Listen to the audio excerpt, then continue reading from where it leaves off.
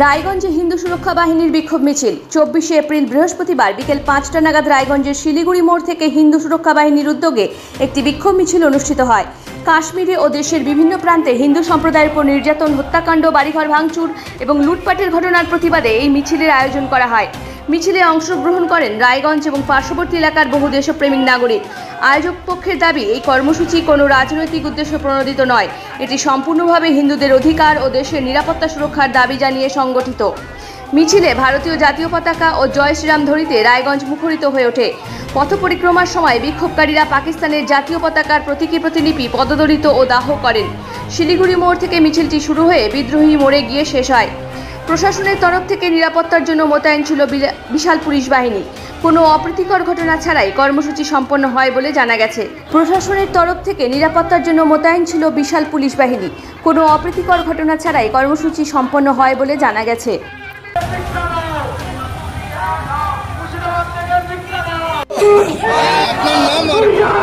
সৌমিত্রদের উত্তরবঙ্গ প্রান্ত হিন্দু জাগরণ মঞ্চের সঙ্গে আমাদের কর্মসূচি শিলিগুড়ি মোড় থেকে বিদ্রোহী মোড় পর্যন্ত এই বিক্ষোভ মিছিল।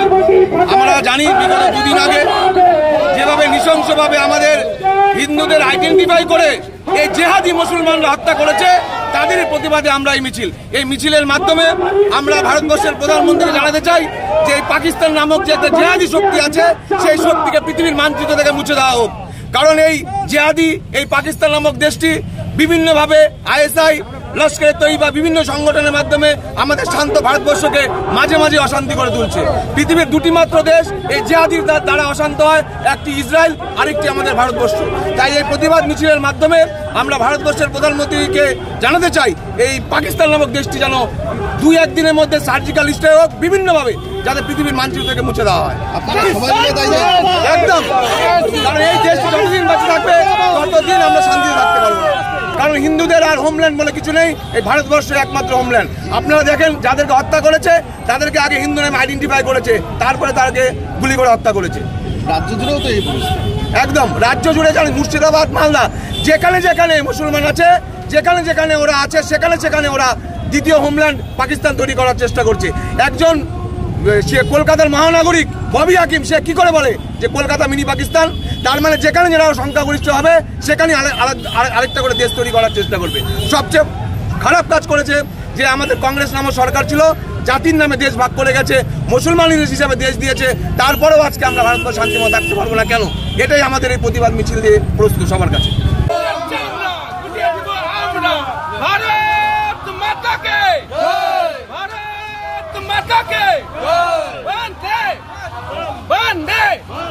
জেহাদিদের চামড়া, জেহাদিদের চামড়া।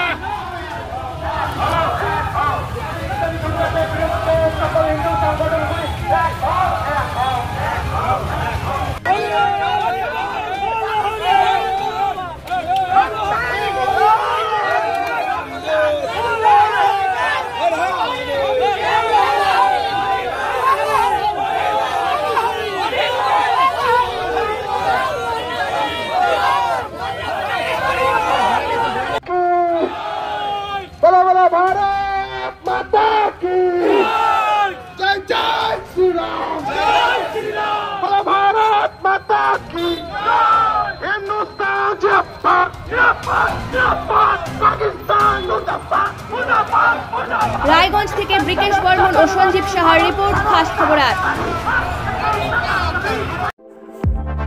বাড়ি তৈরি করছেন?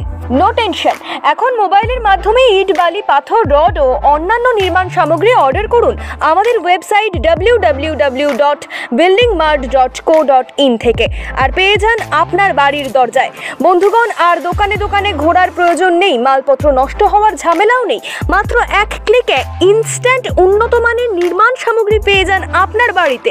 বিশদ জানতে যোগাযোগ করুন 8250331346 এই নম্বরে। প্রোডাক্ট দেখতে ভিজিট করুন www.buildingmart.co.in এ। এখন আপনিও রিপোর্টার, আপনার এলাকার যে কোনো খবর পাঠান এই নম্বরগুলোতে।